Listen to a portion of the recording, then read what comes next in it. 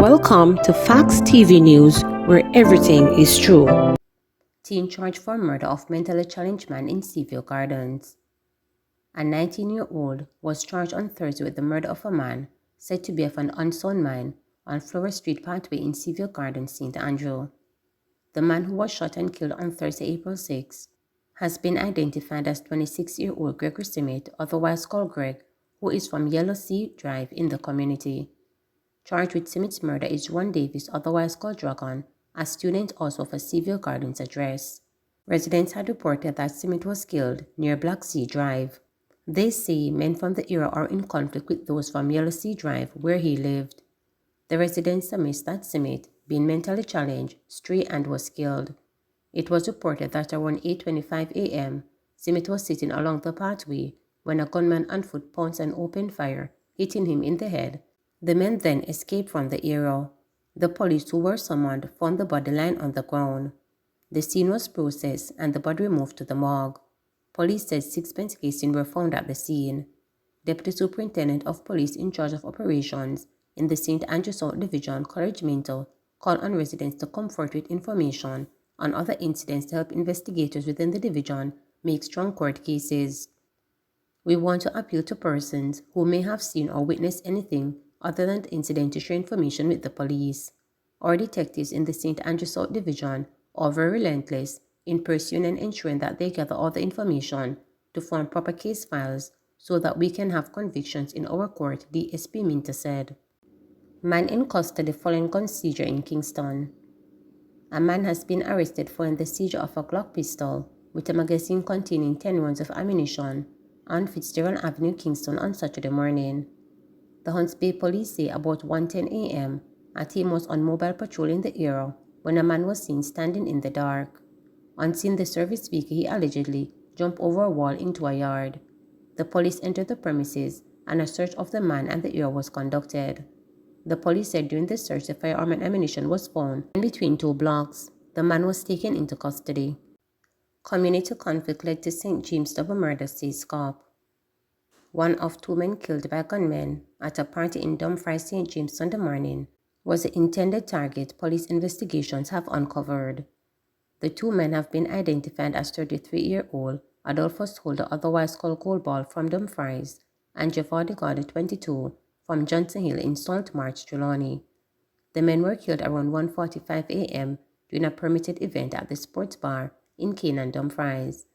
Police said the gunmen were after Holder, who had fled the area but returned a few days ago. It was reported that the 2 were approached by the gunmen who opened fire, hitting them several times all over their bodies. The police were called and on their arrival, Holder was seen on the ground lying motionless on his back in a pool of blood with gunshot wounds to the head and upper body. Gordon was transported by residents to the Falmouth Public General Hospital, where he was pronounced dead on arrival. Police said initial investigations have indicated that there was an ongoing conflict between family members of Holder and other men from the community. Holder had reportedly fled the area after an attempt on his life of another man there earlier this year did not bear fruit. Taxi operator killed in toll gate. A taxi operator was gunned down in toll gate Clarendon on Sunday morning. He has been identified as Miguel Thomas of a McGill-Chris Palm address in the parish. It is reported that about 10:50 a.m., Thomas had just finished washing his car when he was pounced upon by a lone gunman. The gunman opened fire, hitting him in the head and upper body. Thomas died on the spot. Walsh hopes players develop plan continues. SAC West Indies women's head coach Courtney Walsh said he hopes several emerging female players identified during this tenure will be given the chance to mature and serve the side in the immediate future. Walsh said several emerging players have been given a chance over the past because of injuries to established players, while the search for the next generation of West Indies women's players continue, but he said it was important that they be given opportunity to progress. We saw where they were learning and getting better, and I hope that continues, Walsh said from his native Jamaica on the Mason and Quest Cricket Talk Show on the same day on VOB 92.9 FM in Barbados. There are a number of youngsters that we have identified, and I hope those youngsters can still be pursued and encouraged and looked upon to take their rightful place in the team. Cricket West Indies announced last Tuesday that their decision to renew the contract for the former West Indies men captain and record-breaking fast bowler assistant coaches Robert Samuels and Corey Collymore. Walsh said it was important that the senior players in the West Indies women's squad step up and help the emerging players to find their feet on the international stage.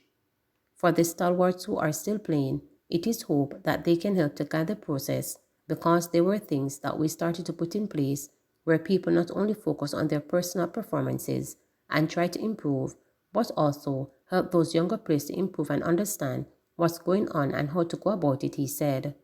I hope that continues, and that in a couple of seasons, those youngsters that we identify will be part of the West Indies women's team, Walsh added. Walsh said team captain Hayley Matthews has an important role to play in guiding the young players, and he was open to giving her whatever help she needed to be successful. I have a lot of respect for her because she's a student of the game and she's keen to learn, and she gave me full support all the time. I will still be in touch with her and give her whatever support I can, even from a distance, because if she needs it, she knows the door is always open and will continue to communicate. I will still watch the women play and track their progress and wish them well in the future, he said.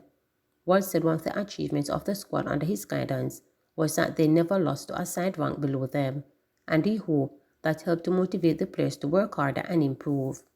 You could never predict the outcome with injuries, which were a major stumbling block for us, but the effort we put in, I am grateful. When we got involved, we had to go to the 50-over World Cup qualifiers, and we were the first team to go to the qualifiers and make it to the World Cup semi-finals, so there were strides made there in the 50-over, Walsh stated. He continued, we didn't make it to the semi-finals of the T20 World Cup, but I think the level of cricket we play, all the teams to whom we lost were ranked above us. Westmoreland surpasses property tax target. Councillor Rodolph Otter, the minor leader in the Westmoreland Municipal Corporation WMC, wants $14 million of a $35 million property tax surpass to be given to councillors to undertake projects in their division. Otter, the Jamaica Labour Party aligned councillor for the Frome division, made the request during last Thursday's monthly meeting of the WMC, when it was revealed that the municipality collected some $526 million during last financial year. It is not yet clear how much of the $35 million surpass will be returned to the municipality. WMC CEO Marvelyn Peter is expected to disclose the amount at today's financial committee meeting. I am just asking for a small amount of $1 million for each councillor to assist us in our program, Otter said last week in seemed to justify his request. Otter lauded the work of the WMC's property tax unit for surpassing the target, especially as this was achieved during a period of adverse conditions and economic challenges. Savannah Lamar Mayor Bertel Moore also praised the property tax team for their performance. He also noted that there have been instances where residential property owners let their dogs loose to prevent the members of the unit from entering their properties. I know personally what they have gone through, but they have worked hard in attaining and surpassing this figure, said Moore. Deputy Mayor Danry Denalty also said that the achievement is commendable, noting that both taxpayers and the property tax unit deserve commendation. However, Delancey, who is the council for the Bettertown division, said the people of the parish should be provided with improved services for their tax compliance. Not only did we finish second overall nationally, but we also surpassed the set target by the Ministry of Local Government and Rural Development. I am now hoping to see the services of which the property money is used to be paid improve, said Delancey. We want now to see a more timely collection of garbage and also for the routes to be extended, including fewer block clogs in the parish. In terms of street lights, I want to see more timely repair of street lamps and the installation of more street lamps across the parish, especially in rural areas, continued Delancey. If we're doing so well in terms of property tax collection, it is only fair that we give back to the people what they duly deserve. They are playing and paying their part, so it is now up to us to play our part by providing improved services for this money. Please remember to subscribe, like, share, and click the notification bell